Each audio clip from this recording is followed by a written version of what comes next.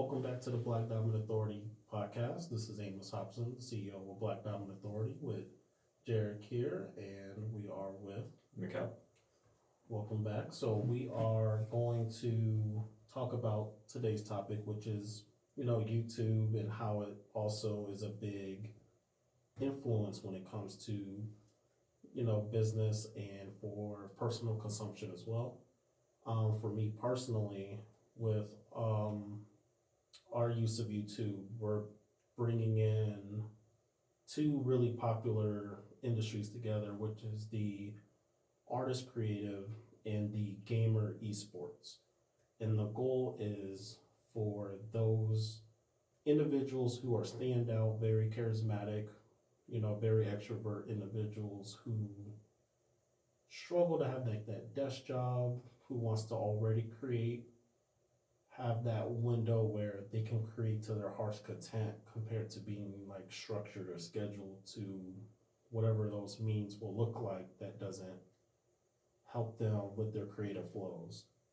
And for the artist side, it would be the artist interpretation of like their lifestyle or their routine. So that's them starting all the way till they finish their day-to-day being an artist with us and on the outside of us. And then for the gaming channel, it would be the same situation, but also participating in competitions on the esports side, and also, bringing people together as other streamers, kind of interacting with you guys, playing games that y'all are enjoying or that they're interested in, and kind of just building that fan base up as well. And the main reason that we want to do this is I think it's a good use of marketing and advertisement for those individuals, but it also still helps out the company when it comes to exposure and marketing. And then also, the paycheck doesn't help or doesn't hurt from YouTube. And then also, as the last piece, I feel like almost every business should fully exercise as many tools for marketing and advertisement as possible, as long as it fits your business plan. But what about you guys? I can't talk about YouTube without using my general intro, so I'm gonna say, what's going on, guys? It's your boy One Soul. You can find me at One Soul on YouTube.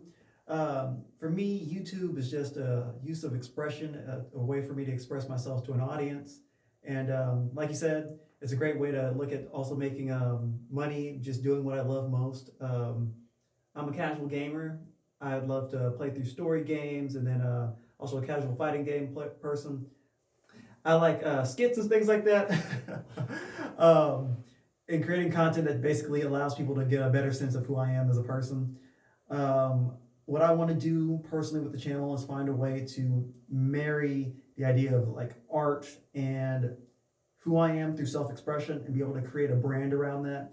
So it kind of supplements, the business that I have, and be able to market myself in a way that people recognize it as its own brand. For me, well, at first I want to start with saying casual fighting game player. I play casually, casually. I only got 13 out of 230 at the Kamehacon Dragon Ball Fighters Expo a few years ago. Specific bragging. I would say for me, as far as it goes, I've dabbled in the gaming part of it before. I wouldn't mind it. It's just more so time consumption and trying to edit and all this other stuff. I don't know if I want to do live streams or like a walkthroughs or something along those lines. But my whole thing as far as YouTube goes, I usually hang around the anime space as far as a lot of the different shows go.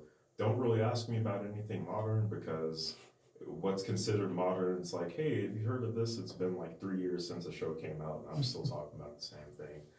But my main kind of spotlight on things is usually the same way that, I guess in the way that we were trying to do, bring exposure to like artists you may not have seen before, and give them exposure is the same thing that I try to do on my channel. Not necessarily on purpose. That's just usually how my taste in watching anime goes, I usually try to bring up stuff people have never seen before, so those artists get the exposure if they aren't still making stuff right now.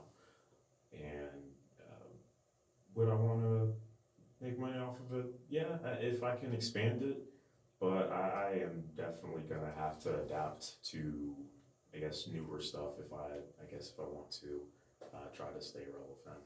Gotcha. Did you want to do a shout out to your channel? Oh, yeah, my channel is the Anime Blaze. As I usually start out the intros, hey guys, what's up? It's Anime Blaze coming to you with another video. Gotcha. It's like you've been doing it a long time. For sure. And then for, I guess, future endeavors, if y'all do see worth in the YouTube sphere, promoting what y'all are working on, projects, production, I guess what would be your 5-term goal from now, if you had everything laid out the way you would want it, or how, if anything goes the way that you're looking for, 5 years was kind of like your goal, I guess, if you will. I know on my channel I recently uploaded a Welcome to One Soul 2023 video where I got to really express what my goals were for the year. And I know short-term goal for the first year, I want to make 1 million subscribers. That is, but realistically, that's not easy, and I don't see it happening that way. But it's one of those goals to aim for. But I think long-term, 5 years, I want to be able to say that I was able to see myself in a better light online than I did 5 years prior. I want to see myself more confidently, see some growth, see the numbers grow. I want to be able to say that my content isn't as lackluster today as it might be 5 years from now. And then I want to see how many more connections I can build with bigger people and have more people appreciate who I am as a person and the way that I produce content. Because you have all the Caleb Cities, the King Vaders, the RDCs out there, and then you have the copycats and stuff like that. But you forget, before they existed, that was original content. And you got to be able to appreciate those people for what they do and not try to emulate them. And I want people to be able to respect what I have, like what I have, and be able to tell somebody else, oh yeah, come check out One Soul. He does his own unique brand of content. And that's how I appreciate it. That's what I think you should look into and stuff like that.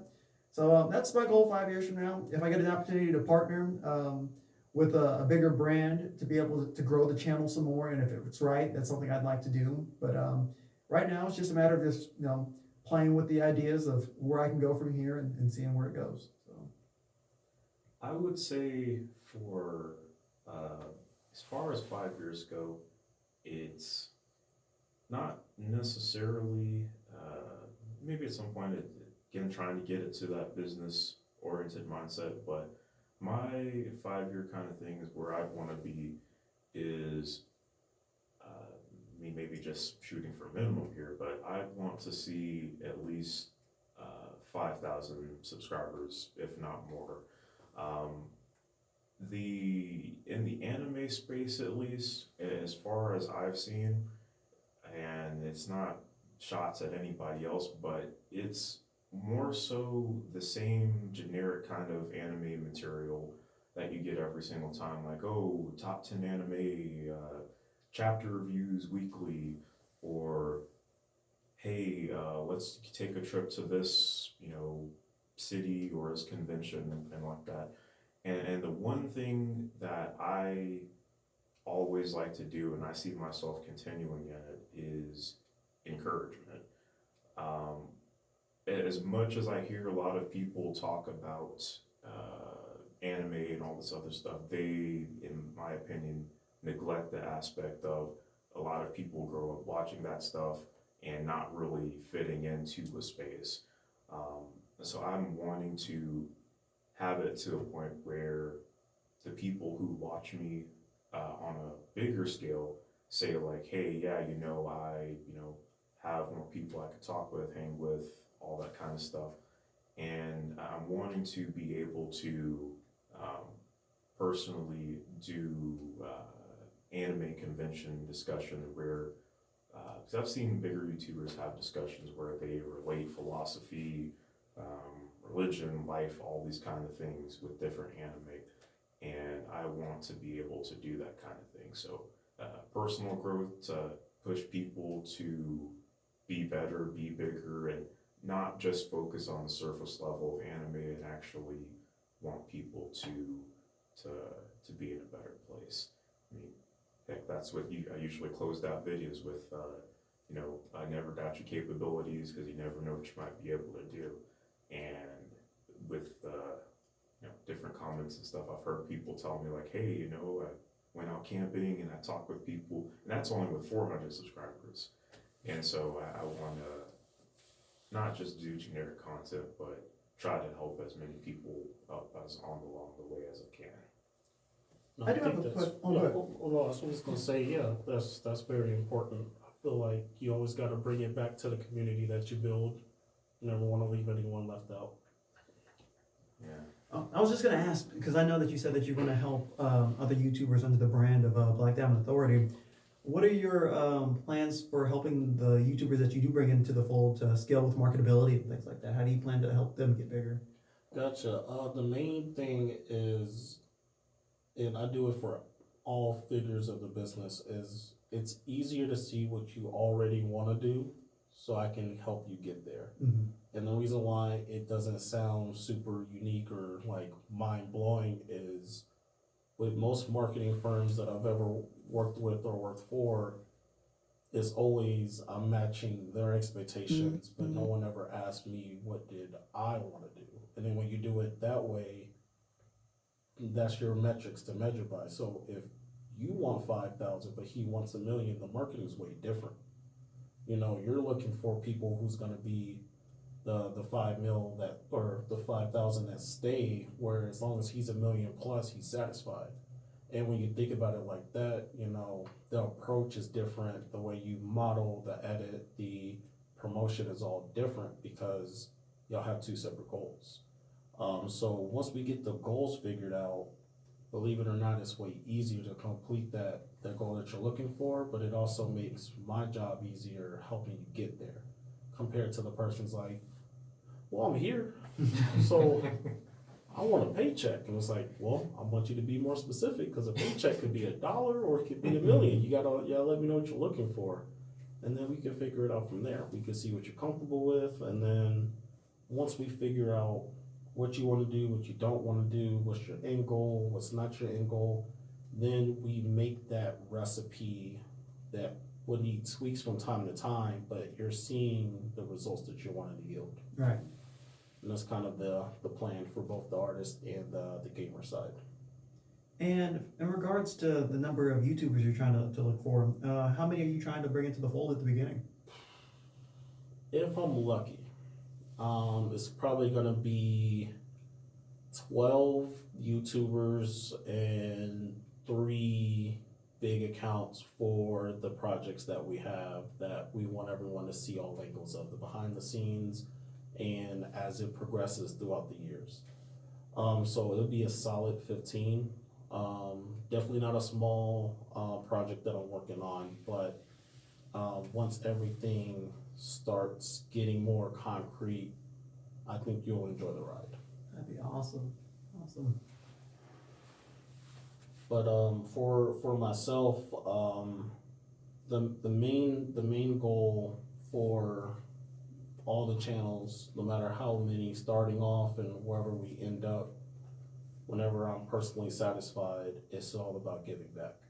So you kind of hit a point for me, which is the sponsors, and growing the channel bigger and better is kind of like the main goal. Like, yeah, we want to have the organic traffic. Yeah, we want to have our fans follow us from time to time, but working with the big brands to speed that process up and be able to collaborate with them helps everyone else across the board. And doing that also lets us know that what we're doing or what we're offering holds value, besides just to ourselves. So that's a metric that I'm personally using. Once someone asks me to do a collaboration, that lets me know, cool, I'm at a place where someone else is seeing my value. So now I gotta go even harder and pay attention to why they wanna work with me, and see if that's who I wanna keep or I need to change something around because that's not who I want to work with. Mm-hmm. And that's kind of what I'm mostly looking forward to. I want to see who in the future wants to work with BDA and see if it's something mutual or we might have to revisit it later on. Do you have any current contacts for prolific YouTubers right now in that BDA is trying to collab with or not? We mostly have your gamer streamers like Kid Shogun that was a guest not too long ago. We have a few others that are gonna be some surprise guests. I don't wanna have people already reaching out to them too early, but we try to make sure we have some individual who's a part of the industry to kind of let us know what looks weird and what doesn't. Because from everyone else's perspective and even our own, we're the new kids on the block. Right.